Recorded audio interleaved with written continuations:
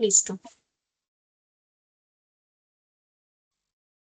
Ya. Bueno, listo. Buenas noches. El día de hoy nos reunimos para analizar el taller sobre los principales agregados macroeconómicos y las políticas económicas.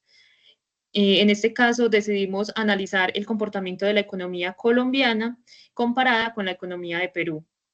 El equipo de trabajo está conformado por Luz Mary Serna Ocampo y mi persona, Luz Daisy Grisales Ramírez. Bueno, revisando el PIB, inicialmente se evidencian unos picos de recuperación entre el 2010 y 2011, pero van desacelerando poco a poco, finalizando el 2012. En el año 2013, nuevamente vemos un ciclo de recuperación lenta, pero al llegar al 2014, el crecimiento empieza a desacelerarse, generando una segunda etapa de recesión que llega hasta el 2017. Donde la economía empieza a recuperarse nuevamente entre el 2018 y 2019. En este punto, el fuerte impacto de la pandemia hace que la economía toque fondo, llegando a un menos 7,2% en el 2020, pero con la reactivación de la economía se genera un rebote en el 2021, donde alcanza el punto máximo en 10,8, el cual no se puede mantener y baja abruptamente en 2022 y 2023. A partir del 2023, la economía vuelve a una recuperación moderada con un ritmo muy bajo si se compara con las variaciones anteriores. Los factores económicos, políticos y sociales. Durante estas etapas, tenemos en la primera etapa de recuperación un buen desempeño de los precios como los commodities como el petróleo, el carbón y materiales que favorecieron las exportaciones. También tenemos una alta inversión extranjera y nacional, una expansión del crédito, una mejora en el empleo y reducción paulatina de la pobreza, lo que favoreció la demanda interna, y una urbanización y crecimiento del consumo de clases medias emergentes. En la etapa de recesión, encontramos factores como la caída de los precios de los commodities, lo que afectó las exportaciones, un menor crecimiento de la inversión por el aumento en la percepción de riesgo por parte de los inversionistas, la saturación de algunos sectores, por ejemplo, la construcción, y cambios demográficos y retos en informalidad laboral que limitaron el empuje del consumo. En la etapa del punto mínimo o fondo, que fue durante el 2020, el choque del COVID-19 generó contracción del PIB, reducción drástica de la demanda interna, cierre de actividades económicas y caída de la inversión. También se generaron unas medidas de emergencia, una política fiscal más expansiva, un aumento del gasto público buscando mitigar el impacto social y un gran impacto en el empleo, informalidad aumentada, aumento de pobreza temporalmente, entre otros. Y en la etapa del auge nos encontramos con factores más favorecedores. Los gobiernos implementaron programas de estímulo económico, subsidios y ayudas a empresas. Las familias no pudieron gastar durante la pandemia, por lo que al reabrirse la economía aumentó el consumo de bienes y servicios. Aumentó el consumo digital, el comercio electrónico y los servicios de entrega.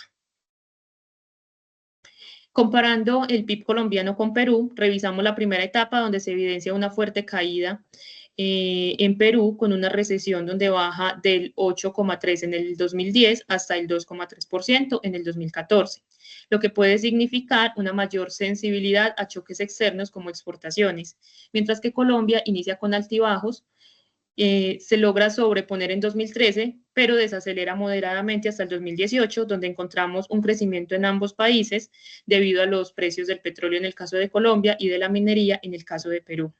Hay una recuperación del consumo moderada.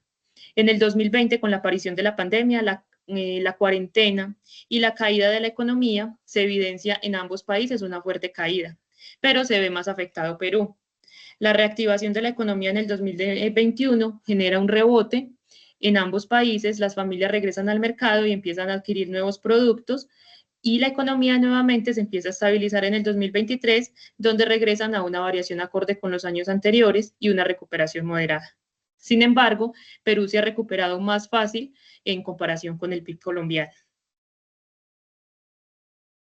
Hablamos ahora de la inflación mensual. en este caso de Colombia. Si analizamos este gráfico acerca de la inflación, identificamos que durante algunos años el comportamiento de la inflación ha sido bastante volátil. Se puede evidenciar periodos de pico muy por encima del límite superior, como en los años 2016 y 2023, y muy bajos, como en el 2020, cuando estuvo por debajo del límite inferior del 2%. Según información del Banco de la República, los factores que han influido en este comportamiento, por ejemplo, en el caso de la pandemia, se generaron interrupciones en cadenas de suministros, además del alza en precios en las materias primas.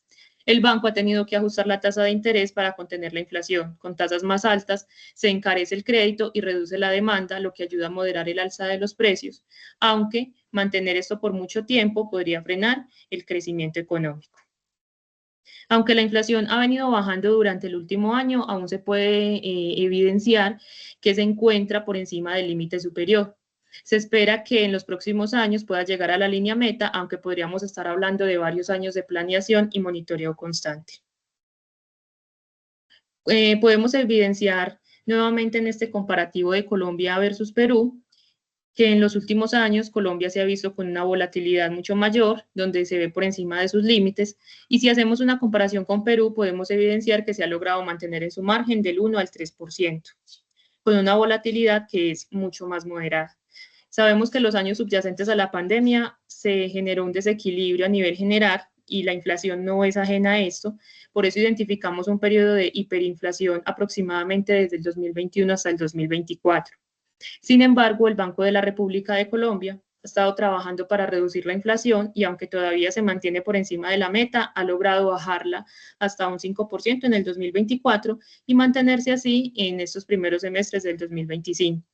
En contraste, el Banco de la Reserva del Perú ha tenido un desempeño más estable, ha logrado mantener su inflación dentro de su rango meta. Esto se debe en parte a las políticas monetarias implementadas por cada banco central, pues el Banco Central de la República del Perú ha mantenido unas tasas de interés más altas, mientras que el Banco de la República ha tenido que equilibrar la necesidad de controlar la inflación con el estímulo al crecimiento económico.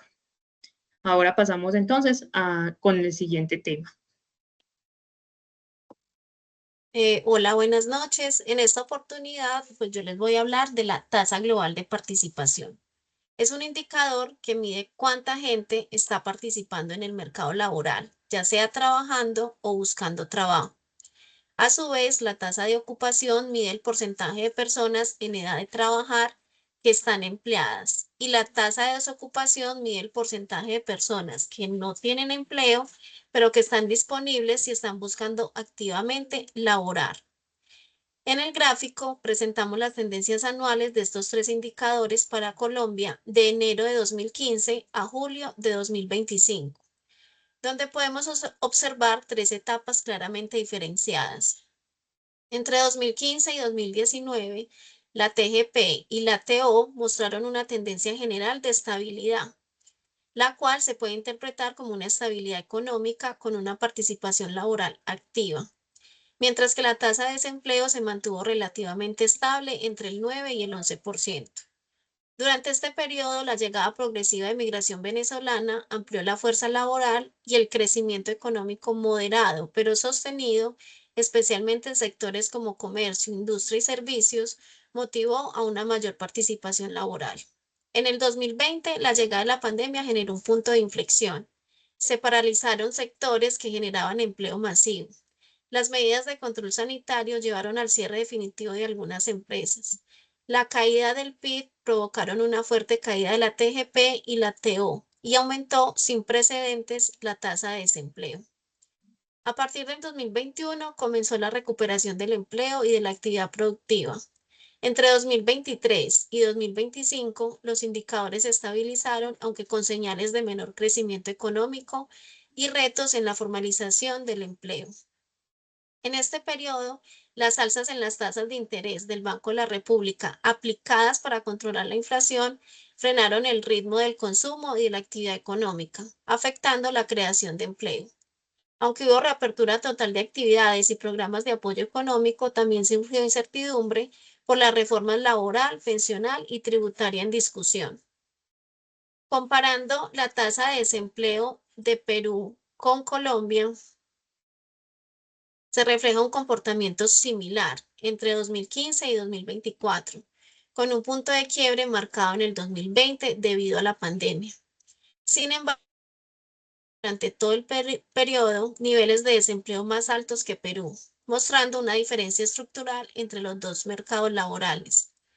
Entre 2015 y 2019, Perú presenta tasas de desempleo bajas, influenciadas por una dinámica económica más estable y una menor rigidez del mercado laboral. Colombia, por su parte, mantiene niveles mayores. En el 2020, ambos países experimentan incrementos significativos por el cierre de sectores productivos y las cuarentenas obligatorias, aunque el impacto es más pronunciado en Colombia, alcanzando el 16.7%. A partir del 2021 se observa una recuperación en ambos casos. Perú retorna más rápidamente a niveles cercanos a los previos a la pandemia. En el caso de la reforma tributaria, el pasado 1 de septiembre se presentó la propuesta de una nueva reforma para dar viabilidad al presupuesto general de la Nación para el 2026. Esta propuesta está orientada a reducir el gasto tributario, equilibrar las finanzas públicas con énfasis en materias ambientales y de salud pública, entre otras.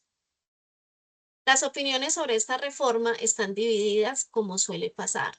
Una de las propuestas que tiene atención en la parte positiva son los alivios y ayudas para el pago y financiamiento en relación con los contribuyentes morosos, ya que se incluye la posibilidad de reducción de intereses y sanciones.